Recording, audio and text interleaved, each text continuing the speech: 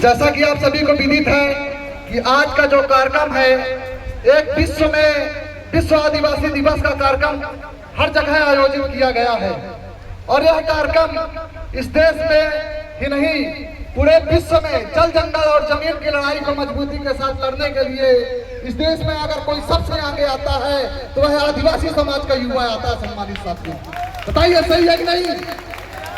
जैसा कि हमारे महापुरुषों ने कहा था कि 100 में 90 शोषित हैं, शोषितों ने ललकारा है, धन धरती और राजपाट का 90 भाग हमारा है। कितना? धन धरती और राजपाट का 90 भाग हमारा है। मैं आप लोगों से पूछना चाहता हूं, आप लोग बताइए, धन धरती और राजपाट का 90 भाग हमारा है क्या? क्या हमारे लोगों के पास 100-200 एकड़ जमीनें हैं क्या? क्या हमारे लोगों के पास, किसी भी भाई के पास केजेएस अल्ट्राटेक जैसे 2-4-6 फैक्ट्रियां चलती है क्या? किसी भी भाई के पास 2-4-6 बसें चलती है क्या? जो कि इस देश के हुक्मरान और इस देश के मालिक इस देश का आदिवासी है, लेकिन वर्तमान स्थिति हमारे इस देश में एक बीमारी से बदतर है। बताइए सही है कि नहीं है? अगर हमारे समाज का युवा सुबह काम पर ना जाए तो शाम को उसके घर का चूल्हा नहीं जलता। मेरे सम्मानित साथियों, ऐसी स्थिति हमारे देश में हमारे भाइयों की हो चुकी है। तो एक गंभीर चिंतन का विषय है और विचार विमर्श का विषय है। हमें सोचना पड़ेगा, हमें विचार करना पड़ेगा, चिंतन करना पड़ेगा कि ऐसी स्थिति हमारी इस देश में कैसे बनी।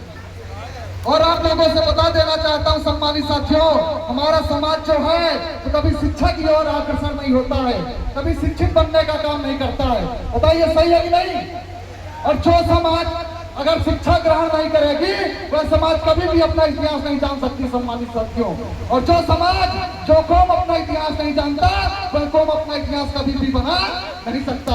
इसलिए हम लोगों को शिक्षित होना बहुत जरूरी है। सम्मानित साथियों, जब तक हम लोग शिक्षित नहीं होंगे तब तक अपने अधिकार को जानने का काम नहीं कर पाएंगे, तब तक अपने हक व अधिकारों को नहीं जान पाएंगे। जैसा कि आपको पता है कि आए दिन हमारे आदिवासी भाइयों के साथ अन्याय अत्याचार होता है। जैसा कि आप सभी को विदित है, NCRB national crime record bureau का डाटा कहता है कि प्रत्येक दिन में 6 दलित आदिवासी बहन बेटियों के साथ बलात्कार जैसी घटनाएं घटती है। तो आप लोगों से मैं पूछना चाहता हूं, अगर हमारे समाज की 6 बहन बेटियों के साथ बलात्कार जैसी घटनाएं घटती है तो हमारे कहीं भी सर उठा के जीने के लायक है क्या?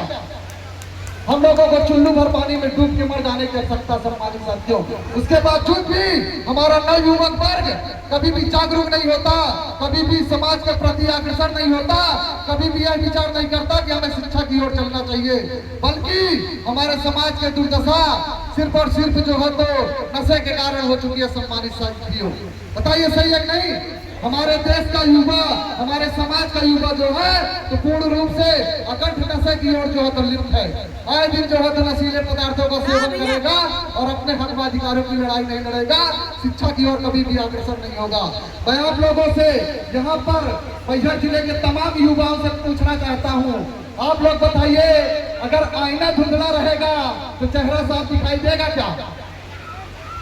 तो अगर समाज का युवा समाज का नेतृत्व करता, अगर नशीले पदार्थों में अकंठ डूबा रहेगा तो इस समाज का नेतृत्व नहीं कर सकता। सम्मानित साथियों, हम लोगों को मजबूती के साथ, हम लोग इस देश की ड्यू है, हम लोग इस देश के रीढ़ की हड्डी है, हम लोगों को मजबूती के साथ शिक्षित बन करके जो है तो अपने समाज की लड़ाई को, अपने हक व अधिकारों की लड़ाई को लड़ने कर सकता है। सम्मानित साथियों, जब तक हमारे देश का युवा, हमारे समाज का युवा मजबूती के साथ आगे नहीं आएगा तब तक किसी भी प्रकार का परिवर्तन होने वाला नहीं है। और जितने भी तमाम युवा साथी हैं, मैं आप लोगों से भी अपील करना चाहूंगा, अगर आप लोग आए हैं इस मंच के माध्यम से, जो भी हमारे वरिष्ठ जन हैं और जो भी जानकार